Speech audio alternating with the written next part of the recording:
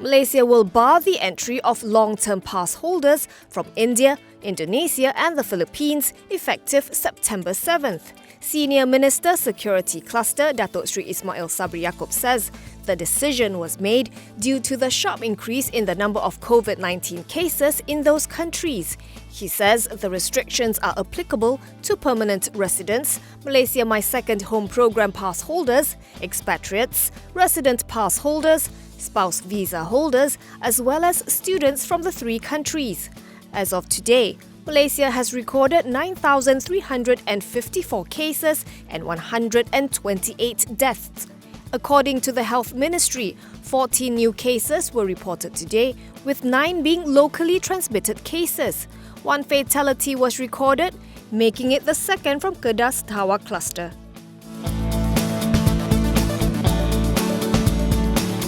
Daya Maju LTAT, the contractor in charge of the Klang Valley Double Tracking Phase 2 project, argues that there is no legal or factual justification to terminate its contract and reopen the tender.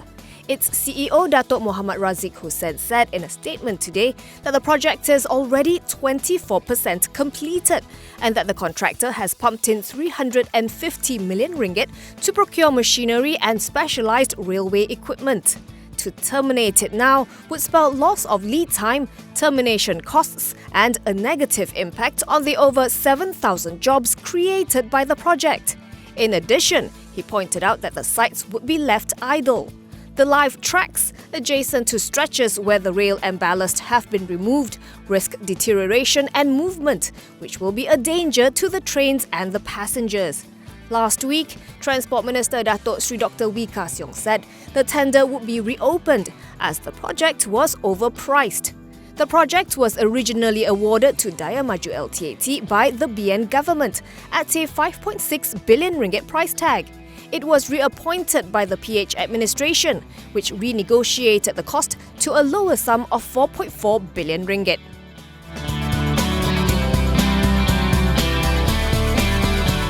Singer-songwriter Jason Jonathan Low and his colleague have pleaded not guilty at the KL Sessions Court to breach of trust involving more than 200,000 ringgit belonging to a recording company last year. Low and Muhammad Yaakob Hussaini are both directors of Fat Boys Records, which is based in Mont Kiara.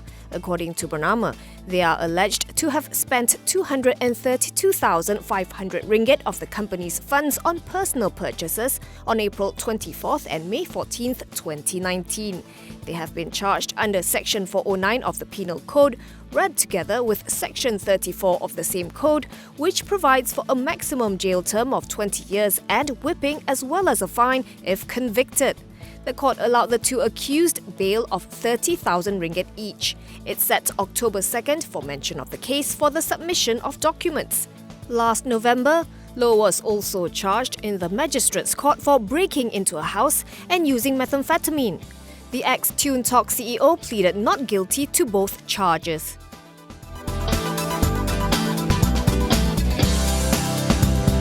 Rev Asia is looking to acquire digital media company iMedia, according to sources familiar with the matter.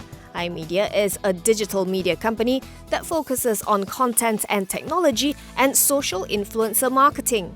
The source added the proposed acquisition is part of a plan to help listed Rev Asia out of the GN2 status that it is currently in.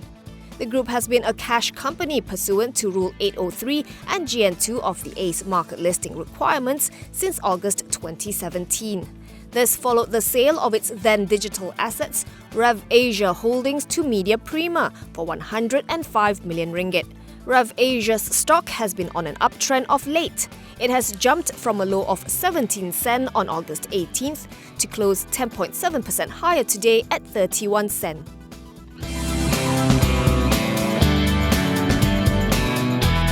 Private equity firm Credor has taken up a significant minority stake in Madhya Pradesh-headquartered pharmaceutical plastic packaging maker Sriji Polymers India for 250 crore rupees, that's $33.7 million or around 139.77 million ringgit. Credor bought out existing domestic and international institutional investors in Sriji via Credor's affiliate Sundara Mauritius.